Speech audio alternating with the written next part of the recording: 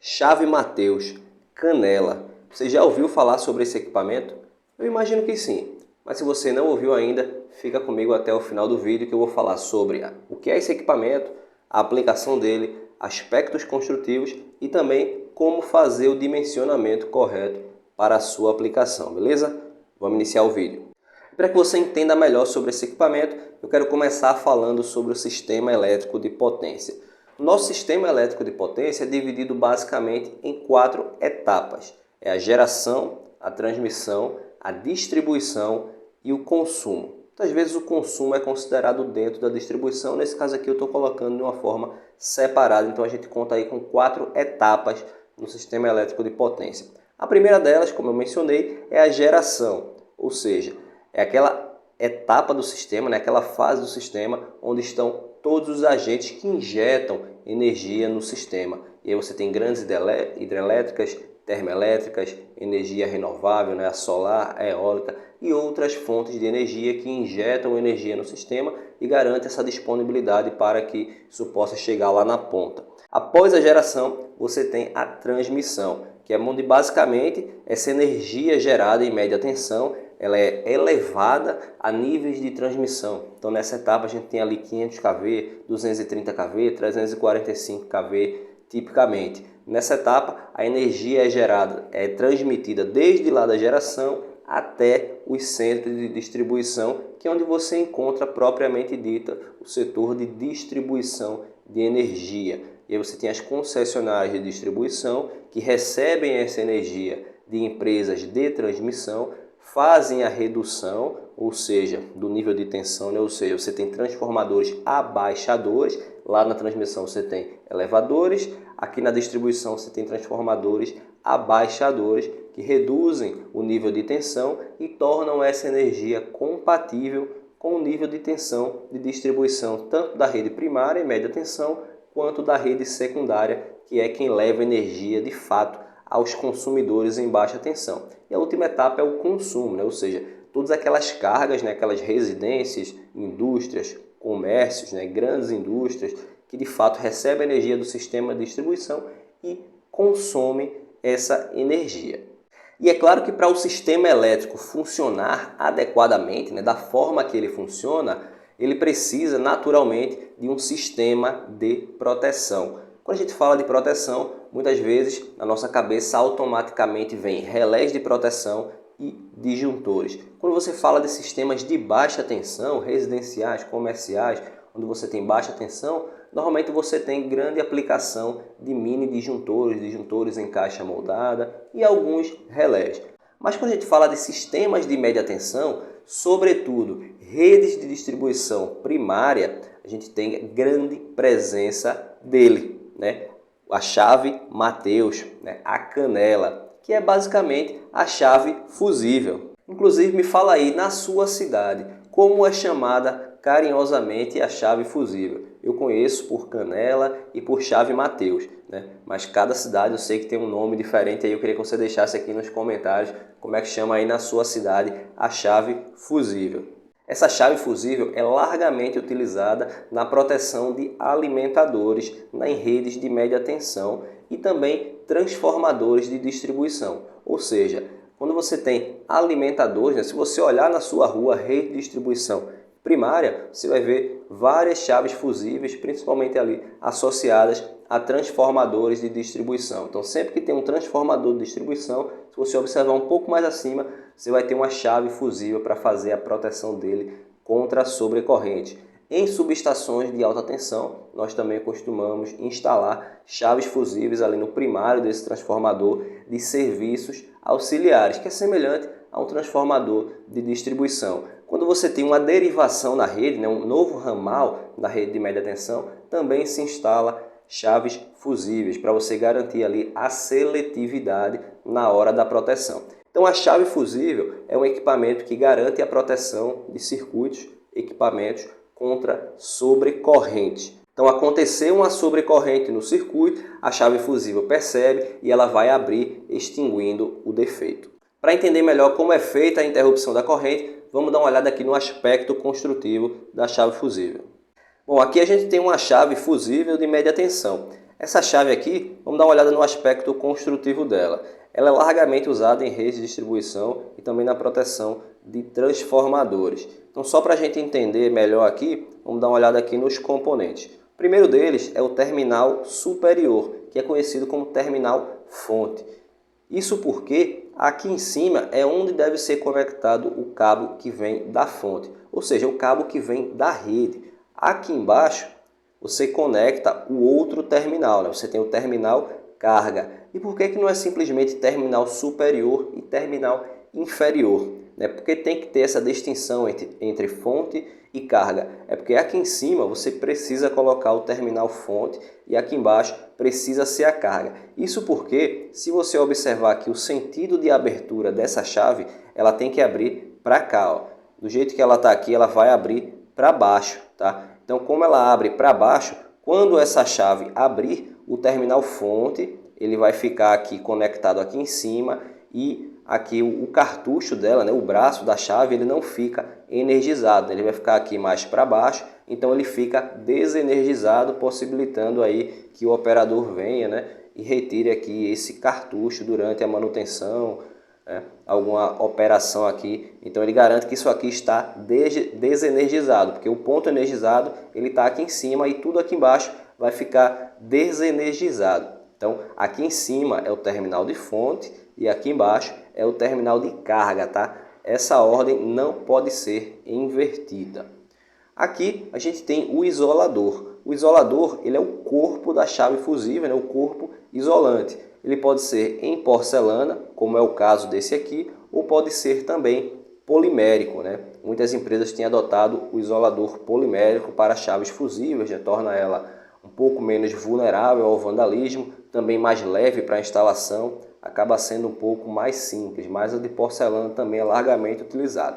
O corpo da chave fusível, basicamente, ele é um componente que vai precisar resistir aos esforços que são impactados aqui nessa chave, ou seja, durante a operação da chave você tem um impacto, durante curto-circuito você vai ter um outro impacto sobre o corpo, e esse corpo ele precisa ter resistência para resistir a esses esforços que são impostos à chave, tá? Ele também precisa ter uma saia aqui para garantir o escoamento, né? A distância de escoamento necessária para o isolamento de acordo com o nível de tensão da rede. Então essa é a função desse isolador, né? O corpo aqui de porcelana.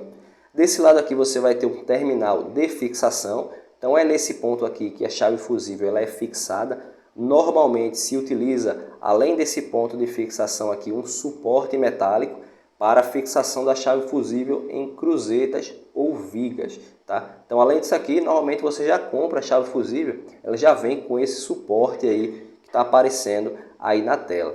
Do lado de cá, né, do lado esquerdo, a gente tem aqui a guia de fechamento, que são esses braços aqui que ficam em torno do cartucho. Tá? Isso para garantir que quando o operador for fazer lá a manobra de abertura e fechamento, tá? Que ele tiver com a vara de manobra lá do solo para manobrar a chave lá em cima, né? Pode ser que quando ele vá dar o impulso, que a vara, né, ela escorregue um pouco para o lado. E aí esse guia ele fica aqui assim, ó, para garantir que caso o cartucho ele escorregue um pouco para o lado, o guia vai trazer ele para dentro, ali vai permitir que a chave seja fechada e vai melhorar a condição de operação. Aqui embaixo você vai ter a articulação, né, que basicamente é um conjunto aí de componentes que vai garantir esse movimento de abertura e fechamento da chave.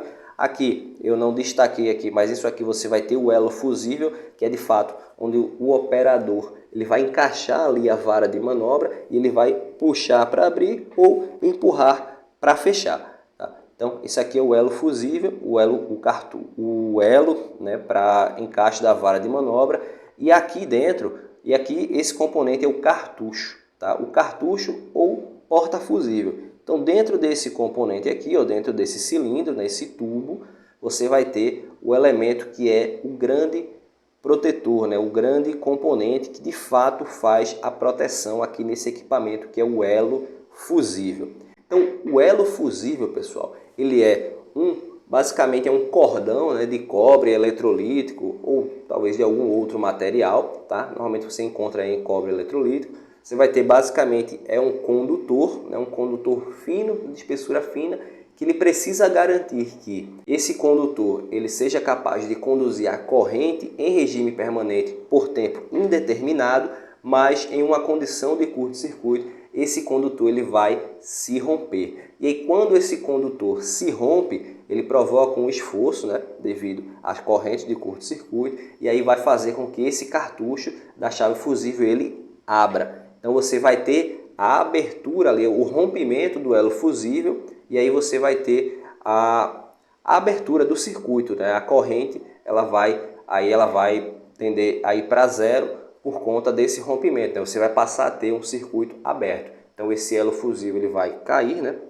O cartucho vai cair e a chave vai abrir, seccionando o circuito. Com relação a esses elos fusíveis, existem diversas correntes e diversos tipos também. Os principais tipos de elos fusíveis disponíveis são o fusível tipo K, o elo tipo H e o elo tipo T.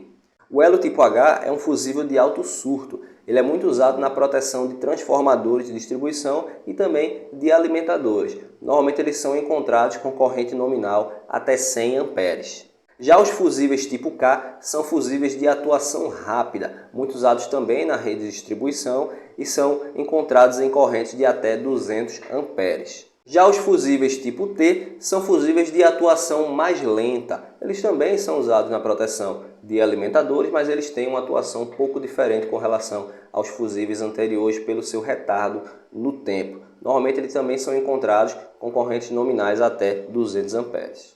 E aí a escolha do elo fusível ela é função tanto da corrente máxima em regime permanente do circuito, quanto do nível de curto-circuito mínimo esperado naquele ponto de instalação da chave. Então essa corrente do elo fusível ela tem que ser maior do que 1,5 vezes a corrente nominal do circuito e menor do que 1/4 do nível de curto mínimo esperado naquele ponto. Para ficar mais claro, vamos fazer um exemplo aqui de como dimensionar a chave fusível corretamente para uma determinada aplicação. No nosso exemplo aqui, a gente vai dimensionar o elo fusível para a proteção de um transformador 13.8 kV 380 volts 75 kVA. O nível de curto mínimo previsto é de 200 amperes. Então aqui a gente já tem os dados do transformador, da rede e também do nível de curto-circuito. E a gente vai aplicar essas condições que a gente acabou de ver aqui. Primeira coisa que a gente precisa é calcular a corrente nominal desse transformador no primário, né, que é onde a gente vai instalar a chave fusível. Então a corrente nominal é dada pela potência do transformador dividido pela tensão de linha, né, a tensão entre fases, vezes raiz de 3.